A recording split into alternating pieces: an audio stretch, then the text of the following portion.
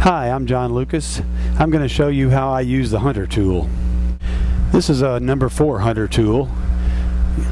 It's a solid carbide tool, and you'll notice that it has a slight bevel to it on the outside, and there's a slight bevel to the inside. This gives it a sharper edge. Here is a sample of the cutters. The number 4 cutter is on the left. It's a 1/2 inch in diameter. And the number 3 cutter is 3/8 of an inch in diameter. And the number 1 cutters are a 1/4 inch in diameter and come in a 3/16 round bar or a 3/16 square bar. This is a number 4 hunter tool. The tool is never used flat. If it's used flat, it will try to pull it into the wood and you'll get a catch. The tool is always used slanted to one angle or the other. In order to do this, you find the bevel of the tool. The bevel would be down here on the bottom. So we'll find the bevel and we'll slowly rotate the handle around until it starts to cut. Then you just guide the bevel just like you would a bowl gouge. Now we can use it with the cutter going in either direction. Again, you find the bevel, rotate the tool back until it starts to cut, and then you lever the handle. Now always cut downhill. We'll find the bevel, cut down like that. Go back to the high point, find the bevel, rotate the tool. Now I'm cutting a very shallow cove here.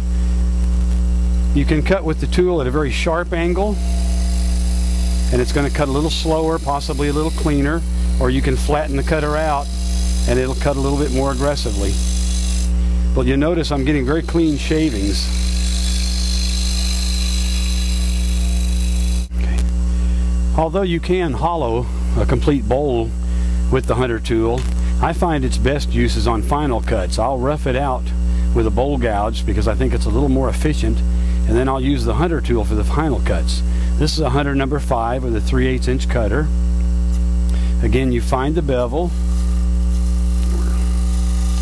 rotate the tool in, and you'll notice the shavings. Now I'm guiding the tool just like you would a bowl gouge.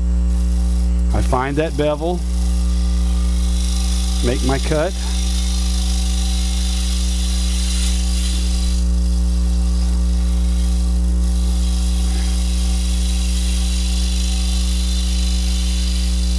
I find it works very well if you leave the bevel in contact with the bowl. You can actually slide back and forth, and then you simply rotate the handle very slightly until it starts to cut.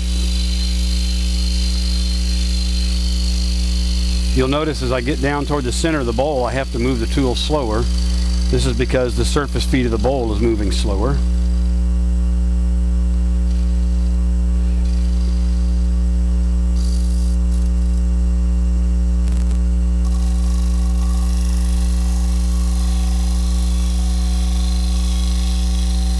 You'll notice I get very fine shavings if I take a really light cut.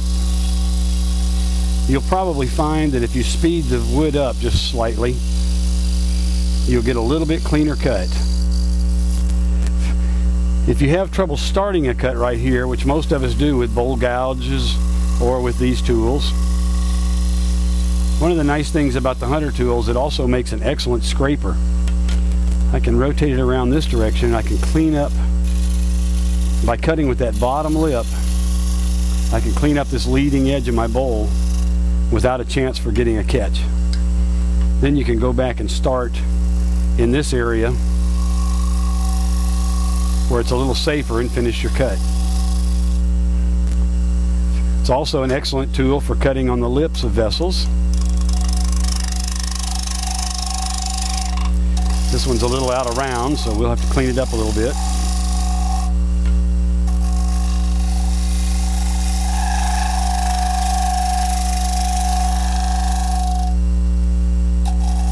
Find my bevel, rotate the handle around, let it cut at its own pace, and you get a nice clean surface. I've got some tear out right there. We're getting a little chatter, so I'll just go back and I'll make a lighter cut, find my bevel,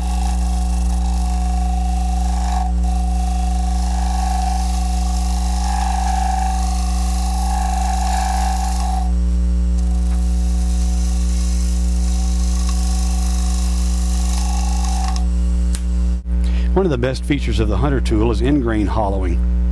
Part of that reason is because the edge is recessed, which gives it a sharper edge. From the end grain, of course, you always cut from the center out.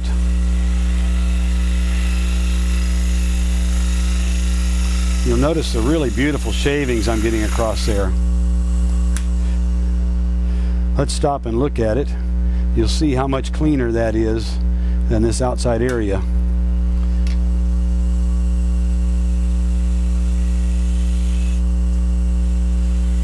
I do need to slow down at the initial cut. Swivel the handle out to control my cut.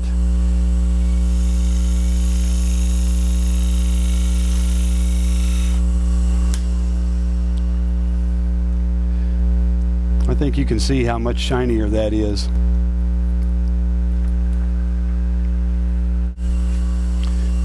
This cutter also works well inside a box, cutting from outside in. Even though that goes against the way you should normally cut an in-grain box, the cuts are very clean. I find that's handy if I have trouble controlling the shape of the bottom. It's my favorite tool for cleaning out boxes.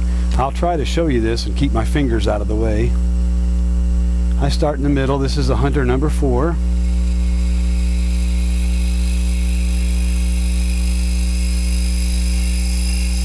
Now again, I let the tool do the cutting. I try not to force it.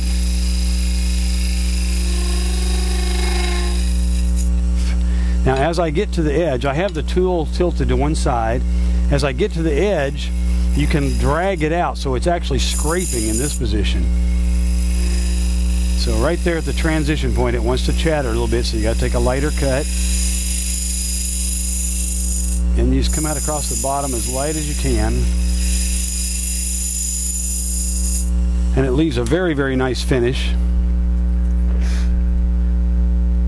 It's very easily sanded out. The bottom is extremely clean. The sides, because it's a scraper cut, is a little bit coarser, but very easily cleaned up.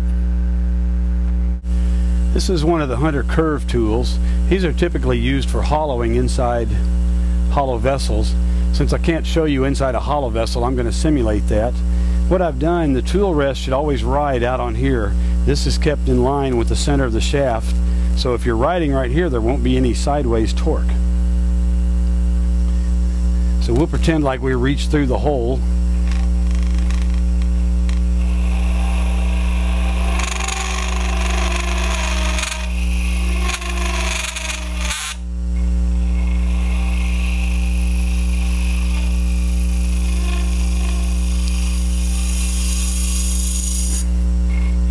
Again, we would be cleaning up the bottom of the vessel,